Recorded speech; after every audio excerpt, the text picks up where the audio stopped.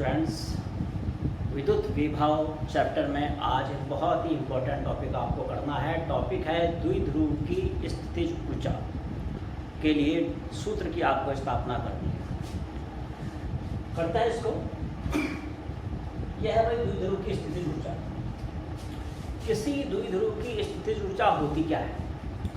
किसी द्विध्रुव को जिसमें कि दो बराबर और विपरीत आवेश होते हैं, हम सबसे पहले क्या करते हैं, हम ये मानते हैं कि वो ये द्विध्रुव आपका अनंत पर रखा हुआ है और अनंत से इसको वैद्युत क्षेत्र की वर्तमान स्थिति में लाना है। इसके लिए हमें जितना कार्य करना पड़ेगा वो कार्य उस वैद्युत द्विध्रुव की स्थितिज ऊर्जा कहलाती है। तो परिभाषा क्या बनती है इसकी कि विद्युत क्षेत्र में किसी विद्युत द्विध्रुव की स्थितिज ऊर्जा उस कार्य के बराबर होती है जो द्विध्रुव को अनंत से विद्युत क्षेत्र के भीतर लाने में करना पड़ता है। जैसे मान लिया भाई ये आपका भाई एक समान विद्युत क्षेत्र है जिसे हम समांतर रेखाओं के द्वारा प्रदर्शित करते हैं, जो समांतर रेखाएं एक दूसरे से बराबर दूरी पर स्थित होती हैं। माना इस वैद्युत क्षेत्र में एक वैद्युत द्विध्रुव है VA जिसके दो आवेश हैं +Q और -Q, और हमें इस वैद्युत द्विध्रुव की स्थितिज ऊर्जा ज्ञात करनी है। तो हमें ये मानना पड़ेगा कि भाई माना ये जो आपका वैद्युत द्विध्रुव है पहले कहीं ये अनंत पर है और अनंत से इस वैद्युत द्विध्रुव को हम वैद्युत क्षेत्र में लाए और वैद्युत क्षेत्र में ला करके हमने इसको इस स्थिति में, ऐसी स्थिति में हमने इसको रख दिया। ऐसा करने में जितना कार्य करना पड़ा हम उस कार्य को ज्ञात करेंगे। तो सुविधा के लिए, किसके लिए? सुविधा के लिए हम इन कार्यों को दो प्रकार से मान सकते हैं। सबसे पहले हम ये मानेंगे कि नंबर 1 हम ये मानेंगे कि भाई जो वैद्युत द्विध्रुव है इसको अनंत से क्षेत्र के लंबवत लाया जा रहा है। अब ऐसा क्यों मानते हैं? ऐसा मानते हैं, बस आप ये समझ लीजिए। ओके, सुविधा के लिए मानते हैं कि सबसे पहले वैद्युत द्विध्रुव जो ये है इसको अनंत से ऐसे ला रहे हैं क्षेत्र के लंबवत। सबसे पहले तो ये हो गया। उसके बाद इसको वैद्युत क्षेत्र की दिशा में थीटा कोण घुमाना है। नंबर 2 कार्य हो गया। वो दोनों कार्य निकालेंगे, दोनों कार्यों को जोड़ देंगे तो टोटल कार्य आ जाएगा। तो सबसे पहला क्या होगा, द्विध्रुव को अनंत से क्षेत्र के लंबवत लाने में क्या कार्य? सबसे पहले तो हमें भाई ये निकालना है। और नंबर 2 हम क्या निकालेंगे? नंबर 2 निकालेंगे। अब इस द्विध्रुव को इस वैद्युत क्षेत्र में हम थीटा कोण घुमाएंगे। ठीक है, तो इसको कैसे लिखा जाएगा? इसको लिखा जाएगा कि द्विध्रुव को क्षेत्र, विद्युत क्षेत्र में थीटा कोण घुमाने में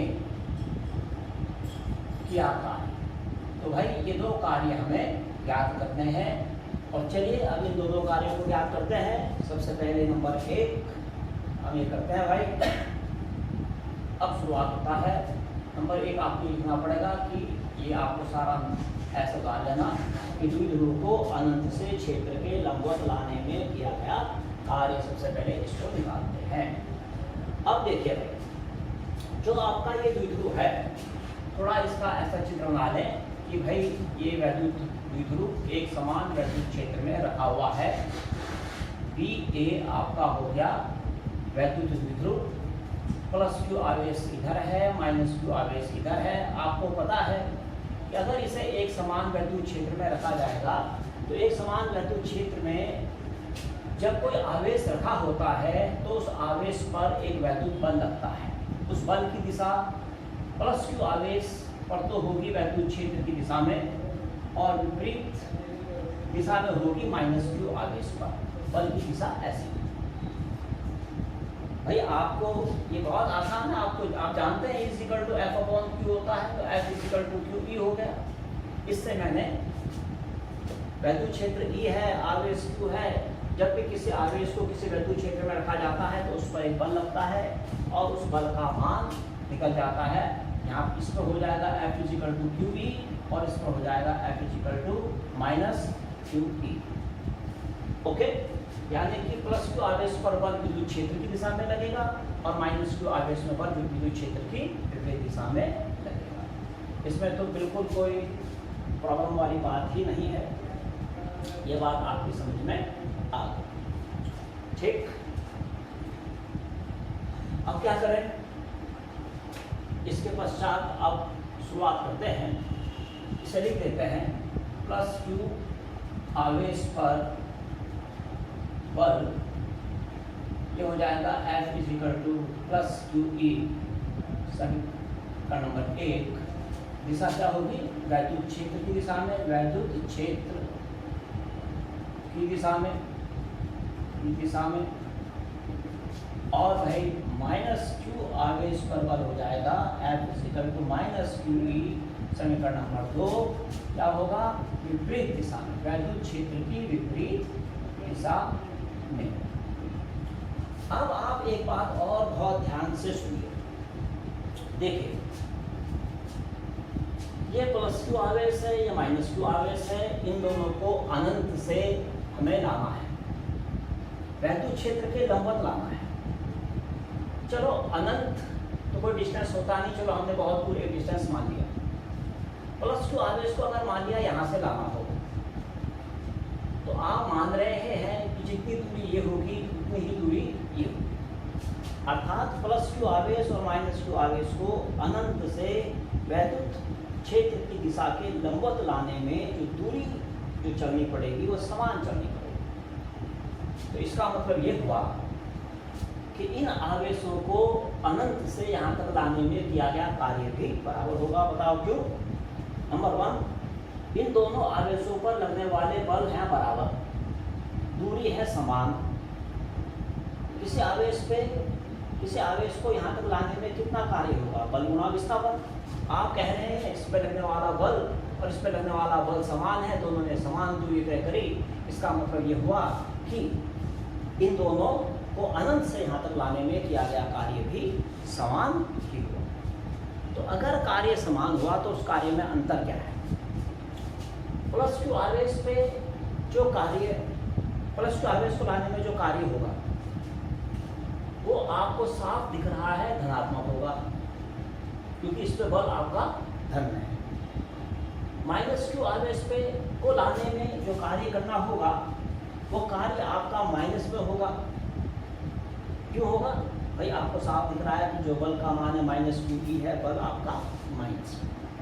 इसके बाद क्या होगा, आगे बात करते हैं। फिलहाल आपके इतने समझ में, तो आपके बाद आगे हम इसे लिख देते हैं कि प्लस क्यू आवेश व माइनस क्यू आवेश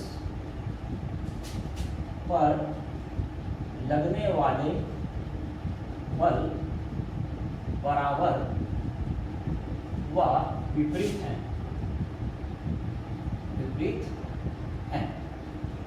और दूसरी बात क्या है? दूसरी बात है कि द्विध्रुव को की जो अक्ष है वो विद्युत क्षेत्र की दिशा के लंबवत है, और द्विध्रुव की अक्ष वैद्युत क्षेत्र की दिशा के लंबवत है। इतनी बात समझ में आ गई आपके? अब इससे क्या हुआ? इससे ये हुआ कि आवेशों को अनंत से इसकी वर्तमान स्थिति तक लाने में समान दूरी तय करनी पड़ेगी। अर्थात समझा दिया मैंने आपको पहले, अर्थात आवेशों को अनंत से वर्तमान स्थिति तक लाने में समान दूरी तय करनी। और भाई अगर समान दूरी तय करनी होगी तो फिर ऐसी स्थिति में, क्योंकि बल बराबर है, दूरी समान है, तो इन आवेशों को अनंत से यहाँ तक लाने में जो किया गया कार्य होगा वो कार्य भी आपका बराबर होगा, लेकिन विपरीत होगा। इसलिए आवेशों को अनंत से वर्तमान स्थिति तक लाने में किया गया कार्य बराबर व विपरीत होगा, बराबर व विपरीत होगा। तो एक काम कर देता हूँ, इसलिए यूं कर देता हूँ इसको, इसलिए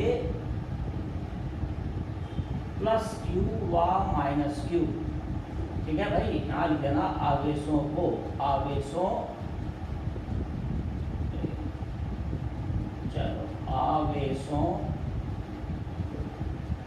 को अनंत से वर्तमान स्थिति तक लाने में किया गया कार्य बराबर और विपरीत होगा। और इसे क्या मान लेते हैं, माना यह प्लस डब्ल्यू व माइनस डब्ल्यू है। भाई एक कार्य को अगर प्लस क्यू आवेश को लाने में किया गया कार्य आपने प्लस डब्ल्यू माना, तो माइनस क्यू आवेश को अनंत से इस स्थिति तक लाने में किया गया कार्य माइनस डब्ल्यू मान लीजिए। तो इसलिए नेट कार्य क्या हुआ भाई, इसलिए नेट कार्य बराबर हो जाएगा डब्ल्यू प्लस माइनस डब्ल्यू अर्थात 0। इसका मतलब ये हुआ कि किसी विद्युत द्विध्रुव को अनंत से विद्युत क्षेत्र के लंबवत लाने में कोई कार्य नहीं करना पड़ता। बहुत सिंपल बात है। अब इसके बाद अब क्या करना है भाई, अब हमने क्या किया कि इस विद्युत द्विध्रुव को अनंत से विद्युत क्षेत्र में लाए तो सही, लेकिन लाए कैसे, विद्युत क्षेत्र की दिशा के लंबवत। ये फिगर 1 है। अब उसके पश्चात हमने इस विद्युत द्विध्रुव को विद्युत क्षेत्र में मूवमेंट कराना है और इसको क्षेत्र की दिशा से थीटा कोण पर लाना है। अब दूसरा स्टेप क्या स्टार्ट होता है, दूसरा स्टेप स्टार्ट होता है कि अब इस विद्युत द्विध्रुव को विद्युत क्षेत्र में थीटा कोण घुमाने में किया गया कार्य निकालना है। और हाँ, ये आप इस यूनिट के फर्स्ट चैप्टर में आप बिल्कुल ऐसा ही कार्य आपने किया है। थोड़ा अपने मन में लाइए, उस डेरिवेशन को समझने की कोशिश कीजिए। तब तक आप इसको उतारिए, आगे बढ़ते हैं। इसे ढंग से उतार लीजिए आप इसको, मुझे लगता है इसको मिटाना पड़ेगा। इतनी बात आपके समझ में आ। अब क्या करें, अब नंबर 2 करते हैं। द्विध्रुव को लंबवत स्थिति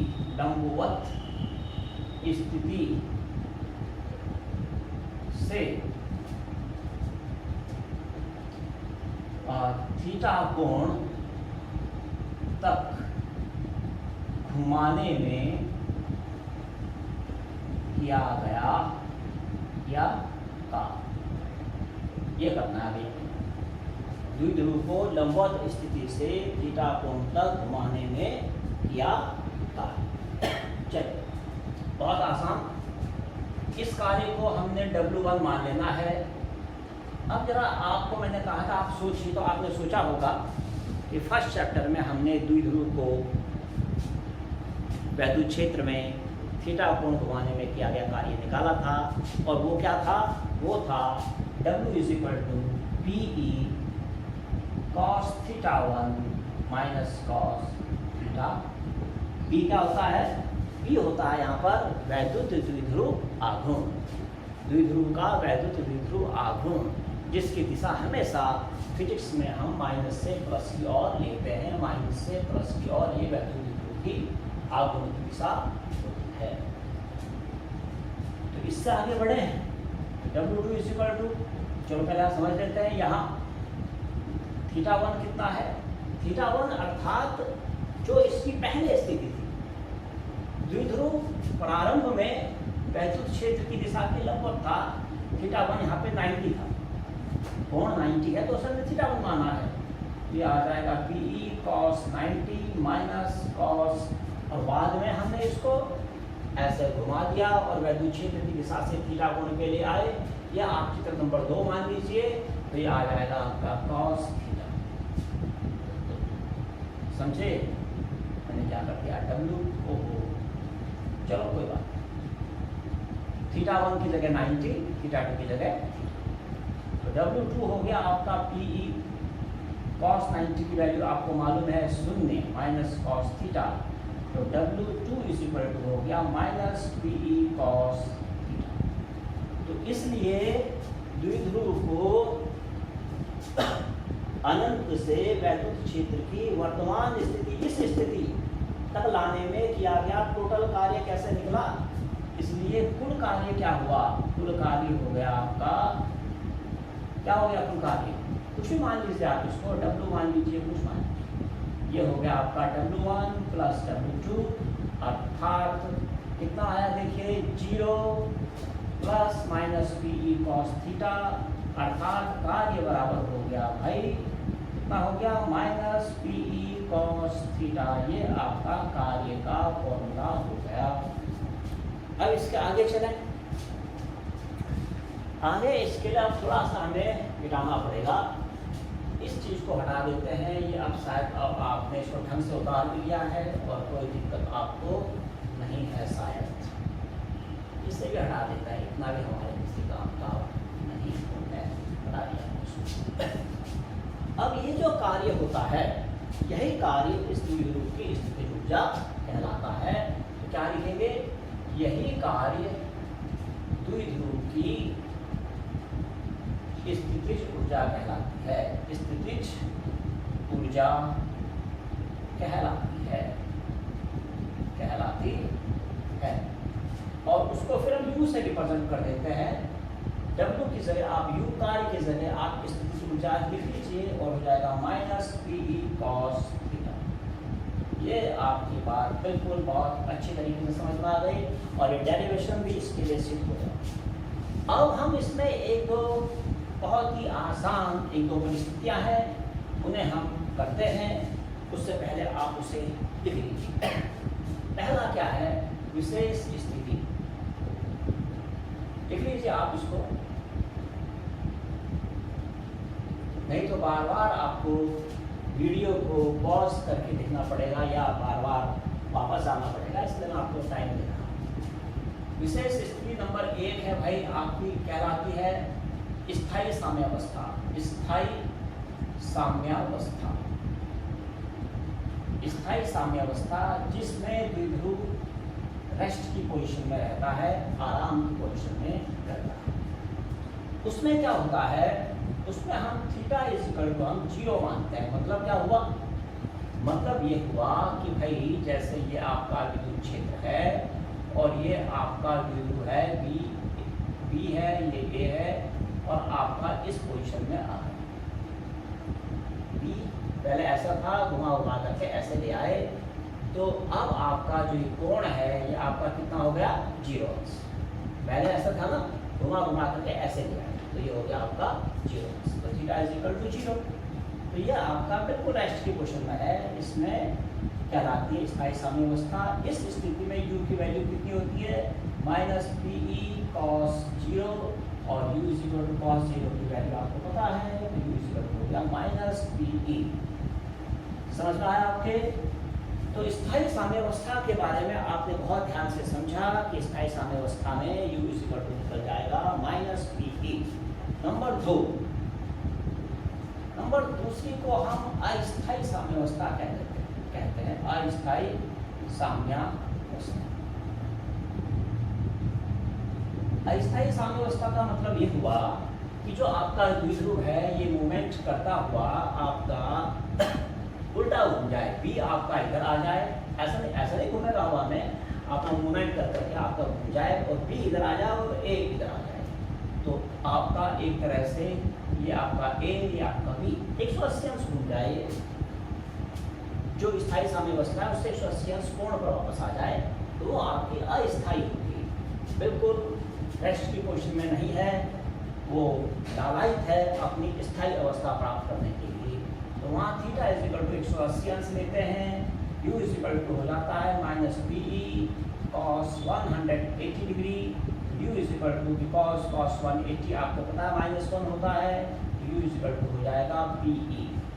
तो स्थायी साम्यावस्था में स्थितिज ऊर्जा माइनस पी होती है, तो अस्थायी में स्थितिज ऊर्जा पी होती है। इस तरह से ये आपका डेरिवेशन आपका समाप्त होता है। बहुत ही बढ़िया डेरिवेशन है, शायद आपने इसे ढंग से समझा होगा। अब इस चैप्टर में शायद एक ही डेरिवेशन बचा है, उसके बाद कुछ न्यूमेरिकल्स और ये चैप्टर आपका समाप्त हो जाएगा। नया चैप्टर फिर हम पकड़ते हैं वैद्युत धारिता। ठीक है, वैद्युत धारिता को लेते हैं, बहुत ही मज़ेदार आपका चैप्टर है, उसे करेंगे। तब तक आप सौकारी